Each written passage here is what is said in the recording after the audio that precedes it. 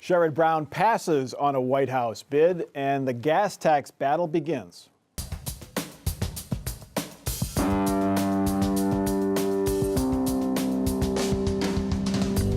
Joining us on Columbus on the Record this week, Jackie Borchert, Columbus Bureau Chief for the Cincinnati Enquirer, Jeremy Pelzer, State House reporter for Cleveland.com, Herb Asher, OSU political scientist, and Terry Casey, Republican strategist.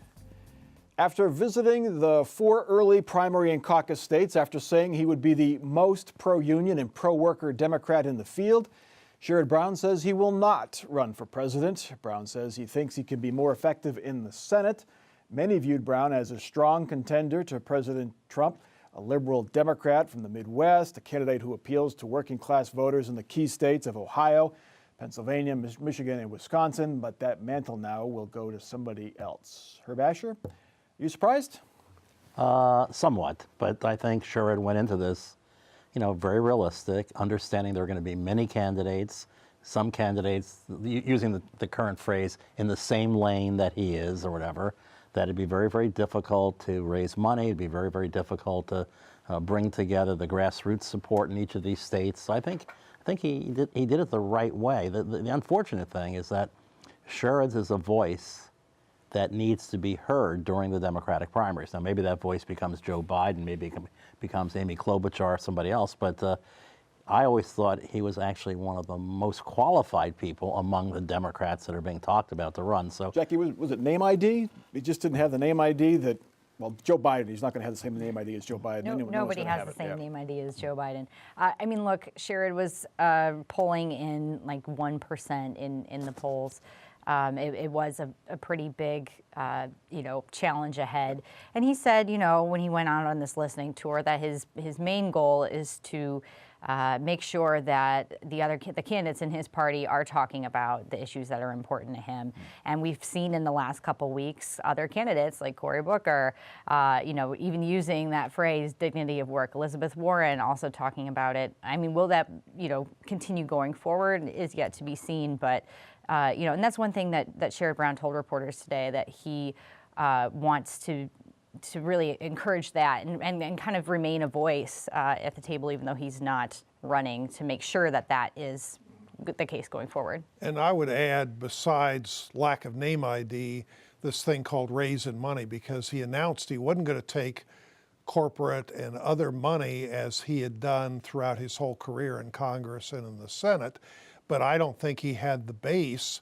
When you look at Bernie Sanders, who could announce and literally in a day raises almost $10 million, and you look at Elizabeth Warren, he just didn't have the money raising capability. And again, as Herb mentioned a little bit, and at this table back in January, I was saying his older white male lane was just way too crowded, and I still think Biden's going to run, and I think he knew because Biden was going to run, that put him even farther back. Jeremy, was that it? I mean, Joe Biden over the past couple of weeks, there have been even more indications that he's preparing to officially launch a bid, and that's Sherrod Brown's calling card. Working class, Pennsylvania, Ohio, Midwest roots. That's Joe Biden.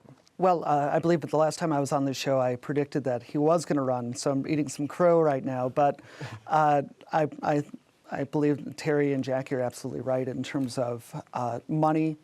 It was a long shot for him to raise the kind of money he needed, because he doesn't have not a lot of name ID at all.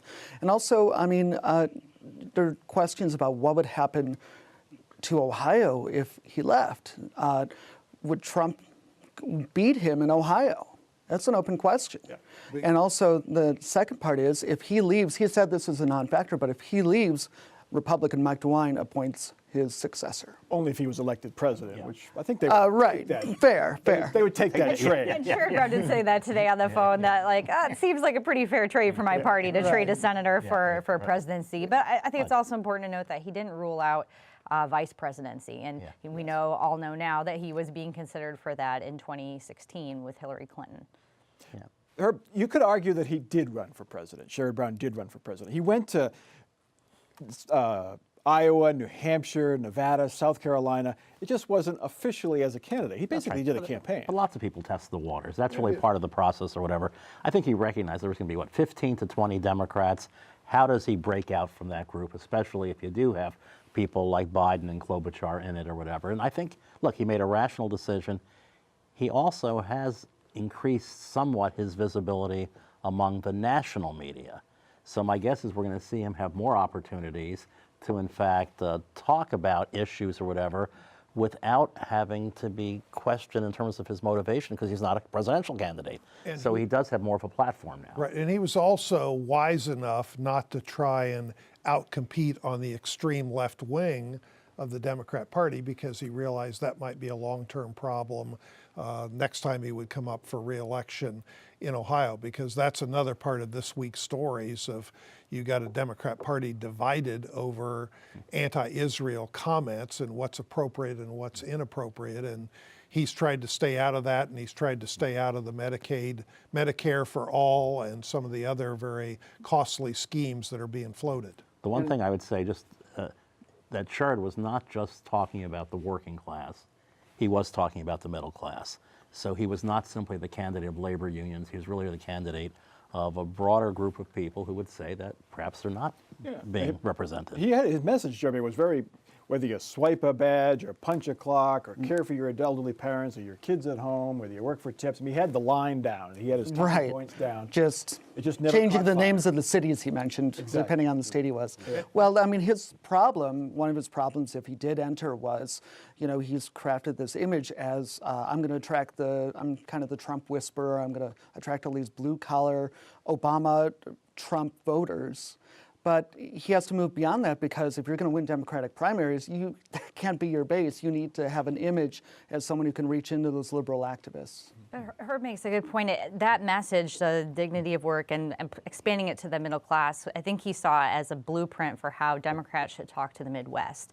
And so that's, you know, what he said today going forward, like that needs to be part of these candidates' pitches when they come to states like Ohio and Pennsylvania. So do you see, Terry, do you see Sherrod Brown have any chance of being the vice presidential nominee if there is another man on the ticket, particularly a white man?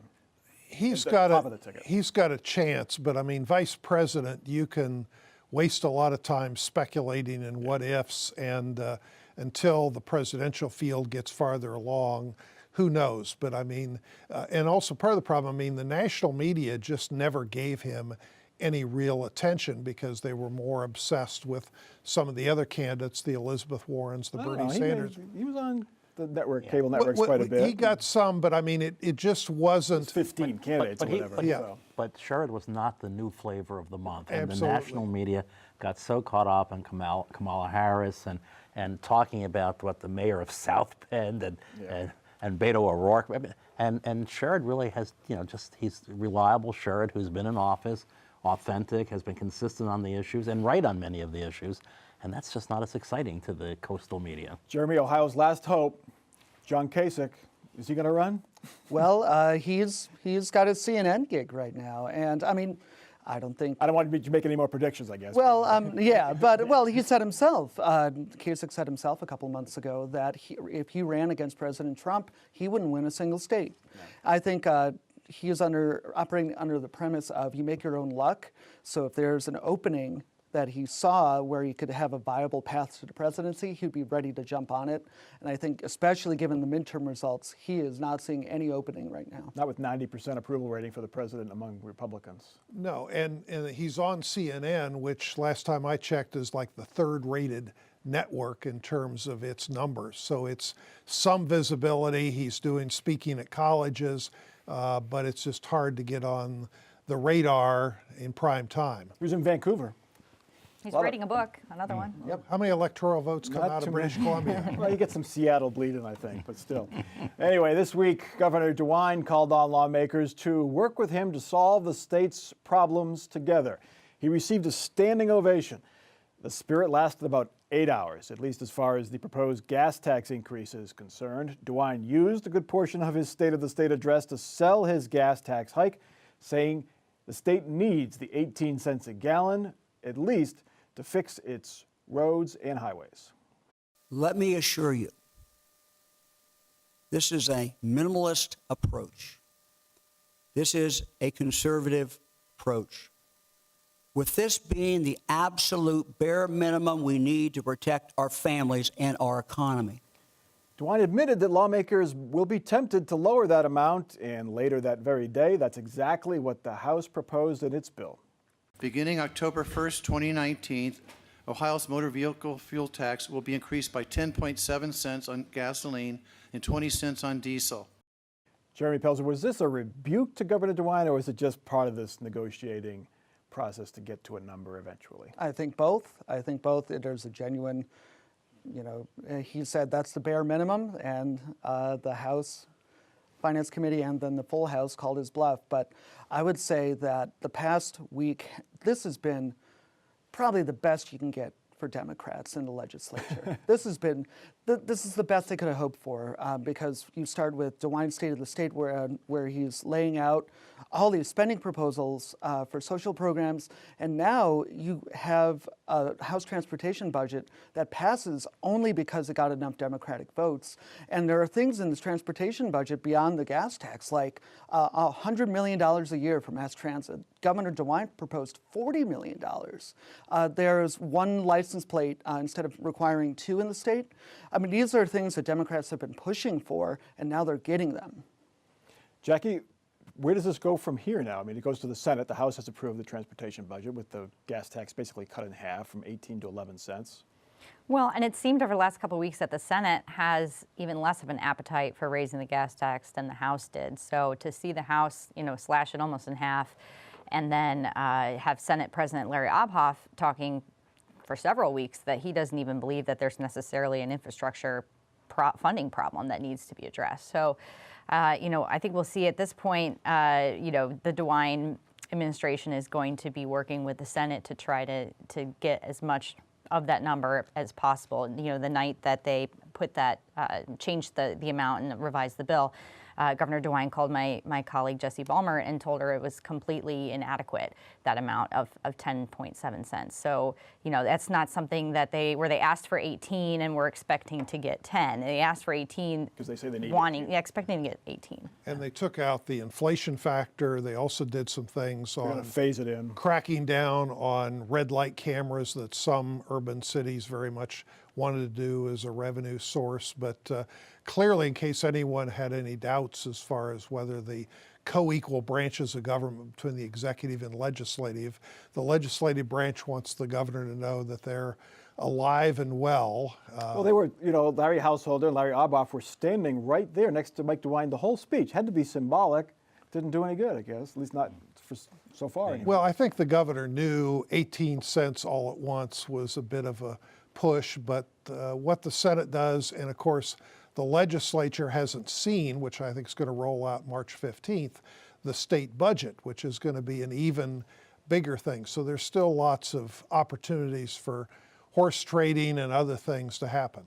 I dodged 2 potholes on my way in today, Herb. Do Ohioans believe the roads don't need work?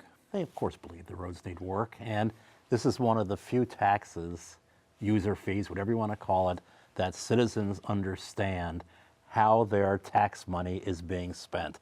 So, in fact, it really is disappointing that that there isn't more support for what the governor was requesting. But think of it the other way. In office for a couple of weeks, Republicans in control of everything, and they've raised taxes. I mean, that's dramatic. But the Senate president also has made another comment, and he has said, well, if we raise the gasoline tax, we probably have to lower some other taxes. Now, that's just not a very credible kind of statement, but if he believes that, that will then take away revenue for other programs that presumably the governor will be talking about in this budget. How do you fund them? But give the governor credit. He took the issue on directly, and he has gotten some additional resources for roads and highways and bridges and all of that. And overall, it was a very good State of the State address, in part because it was focused. He didn't do one of these laundry lists that Unlike some other governors. either we've governors had. or presidents in their State of the Union addresses, where they talk about everything. And he actually had an agenda. Yeah. And We'll get to that in a moment, but first on the transportation, $100 million, Jackie, for public transit. it's a big jump, but it's still only about, well, 10% of what Mike DeWine had proposed of the overall transportation budget for public transit. Right, from 33 million to 100 million a year. So, that's not big jump, insignificant. It's yeah. a huge jump. It's still, I believe, less than what the Ohio Department of Transportation estimated Ohio's transit needs at back in 2015. So, I think that, yes, that makes transit advocates, happy, but they were, I think, asking for 150 million. And so, like Jeremy mentioned, this is Democrats are claiming this as a win as part of the negotiations over this bill, as well as the actual gas tax sharing, because right now about 60% goes to the state of the gas tax revenue, and 40% goes to local governments. And the bill passed by the House on Thursday changes that a little bit to 55-45, kind of answering that call from especially counties in more rural parts of the state who are talking about crumbling bridges that they just don't have enough county funds to fix. The registration fees for electric cars that don't use gas, Jeremy, they would go up too, as $100 a year, basically. I believe it was 200 for electric and 100 for hybrids. Okay, yep. And yeah, that's part of what they want to include, because they make the argument these these vehicles are driving on Ohio roads, but they don't use any gas, so they're not really paying into the fund at all. And there's wear and tear on the bridges and the roads. And I think everyone knows that the number of electric cars and hybrids are pretty small, so it won't raise. 9,000, Yeah, it won't raise very much money, but they felt from a But symbolic, fairness yeah. standpoint, and then also Down the road, there'll be more of them. they No also pun intended. hit the truckers on the diesel fuel a little harder than what was originally planned, and some would say the trucks do a lot more damage than most people's cars. Speaker Householder said that directly. I thought that was a very, very courageous statement to say. They cause the damage, let them pay more. And in the past, We'll go around, right? yeah. Well, no, in the past, there would have been people who were very afraid to take on the truckers. It's funny, there was this TV reporter who went out and found the owner of a small trucking business. And the owner predicted that if DeWine's gas tax hike passes, he would pay $20,000 more a year. But then they think, oh, what do you think about paying for roads? He's like, oh, we should definitely fix our roads. So. All right. The gas tax was not the only thing Mike DeWine talked about in his State of the State address. He promised to do a whole lot of other stuff. In the budget that I will propose, we will be creating a new public health fund. We're going to expand the state's treatment capacity. We're going to expand wraparound service models. We're going to dramatically increase the number of specialty docket courts across Ohio through targeted funding in our budget. These kids will receive additional resources for mentoring, for after-school programs, wraparound supports, health care, mental health care, and much, much more. It is the right thing to do. How much it will cost for all of those right things to do and how we're going to pay for it still remains to be seen. Terry Casey, this governor said we're going to raise taxes to pay for Their investments, infrastructure, and we're going to spend money on social services. The list is as long as your arm. When did Governor Cordray get elected and give the State of the State address? Well, I think when some of the details started to roll out this week, like 74 million more for children's services, and those do add up and they cost more, but there is some flexibility, particularly if you change some priorities. And also the details are important, because if you're going to do pre-K for everybody in the whole state of Ohio, you're into hundreds of millions of dollars. If it's targeted in areas with the most need, it becomes more affordable, because Ohio has had some revenue growth in recent But years. does that sound like a fiscal conservative State of the State speech? Well, I think the Dayton mayor, who's a Democrat, said it Whaley. sounded like a Democrat State of the Union or State of the State message. But when the budget comes out, we'll see how much it really costs. How did lawmakers, Jeremy, look at Republican lawmakers in particular? How did they view the speech? Republican lawmakers said, let's see how much exactly this is going to cost. And Democratic lawmakers overall were pretty surprised. They were like, oh, okay, we'll take it. But they also want to know how much it's going to cost. that's They're very fair. concerned that, yes, there's some flexibility in the budget, and clearly these are his priorities, but they want to make sure that he doesn't, rob Peter to pay Paul and take from some other programs that they think are important to them. Though it's really interesting because a lot of these programs that he is proposing or proposing funding increases for are mainly going to affect urban areas. Like if you're talking about lead paint, if you're talking about a lot of children's services. So Mike DeWine, who's coming from a rural part of Greene County, his proposed budget is going to have a lot of stuff for people who live in urban areas. But I disagree a I little disagree also. because one of the things like children's services, most of your smaller rural counties, especially in southeastern Ohio, don't have local levies, and they're in the toughest problem funding children's services. Most of your urban areas have separate levies, so there's increasing needs and pressures, but in some services, the rural counties are in the toughest bind. Yeah, poverty in Ohio is not simply an urban phenomenon, and in fact, it's very much a rural phenomenon.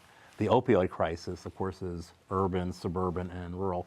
And so as people were talking about this budget as if to say Democratic constituencies are the big winners, I would hope that many of the Republican legislators from rural areas would actually ask the question, how is our county doing in terms of our children, our schools, the funding, access to broadband, all these kinds of things, because that's really the forgotten part of Ohio, And on the and represented mainly by Republicans. And on the funding question, we're starting to see already on Thursday, he announced some more funding for children's services. And when you break down the funding, it's for several different types of, different programs. And he talked about wraparound services. And that doesn't mean that, one program or one agency is going to get an influx of money. It means, okay, we're going to see, multiple agencies, multiple programs that step in to, give pieces of what we want this to look like. The governor did not devote a lot of his speech to economic development. In particular, he didn't even mention the GM plant in Lordstown. The Northeast Ohio plant Wednesday produced its final Chevy Cruze before shutting down. The final 1,500 workers at the plant are now looking for other work. Lawmakers continue to urge GM to make another car at the plant, but so far GM has not changed its plans. Jackie Borchert, it just seems plants have closed in Ohio for decades. This is not a new thing, but this one just seems a little different for some reason. You see that? Do you see that being different here and how it's being played out? Yeah, I think there's a couple reasons. I think, it should be noted that this is the first time in over 100 years that GM will not be assembling vehicles in Ohio. And Ohio, we're supposedly the number 2, auto state. And so that's a big deal, just symbolically. Also, this is in Lordstown. It's in the Mahoning Valley. It's been open for 53 years, and that's been a consistent, place where people from the valley could get good, high-paying jobs with benefits to support their families. And they feel like they've given, a lot back to the company over the years, especially, during with the auto bailout most recently. And they feel like they have invested in the company. Now the company is not investing back in them. How much of this, Terry, is politics? This is the Mahoning Valley. Helped Trump win Ohio. Helped Trump win the presidency. And these jobs are going away. And another car, the Blazers, being manufactured in Mexico. How much of the politics weighing into how this is playing out? Well, the politicians on both sides want to beat their chest and say, we've done all these things. The truth of the matter, this didn't happen just this week. That plant was running 3 shifts with 4,500 employees. It was now down to only 1 shift, and that vehicle just wasn't in demand with consumers. You could blame, Jeremy, cheap gas prices. Back in 2008, when it was doing 3 shifts, gas was $4 a gallon. Now, not so much. And different trends in the auto market, there, especially with hybrid vehicles. I saw SUVs are getting a little bit back in vogue again. And it should be mentioned that it's not like the state hasn't done anything up until this point to keep GM. The state has done a number of things, maybe like a tax incentive or two to do this. So when politicians are like, oh, we're going to work with them, well, it's not like the state hasn't already been doing that. And the Kasich administration, they tried over and over to get GM to say, tell us what you want, what can we do to help? And GM knew this was coming, and that's why they'd never tell the state of Ohio what they needed, because to retool a plant can be $1 billion or $2 billion. All right, let's get to our final off-the-record parting shots. Terry Casey, you're up first. In the House Finance Committee on this gas tax, I thought the vote as it came out of that committee was 30-3, a pretty solid number. And I think part of that says that Larry Householder, as Speaker, has kind of learned how to put the votes together, gather the votes together, and he's clearly got some success. From a divided caucus in many ways, it's pulling together. Herb. Was going to make a similar comment. Householder was off to a very, very good start. The governor is off to a very, very good start. And now the question is, how do you continue to move forward, maintaining coalitions where you need bipartisan coalitions, and in other cases, how do you bring your own party along with you? Jeremy. I think I don't know how much of a secret is that Bob Gibbs, I predict, will retire, and that Senate President Larry Obhoff will run for his seat. Okay, in central eastern Ohio. Medina, yeah. Yep. Jackie. I'll make another prediction that the Senate will lower that tax increase a little bit more. Anything to do with Larry Obhoff running for Congress, perhaps?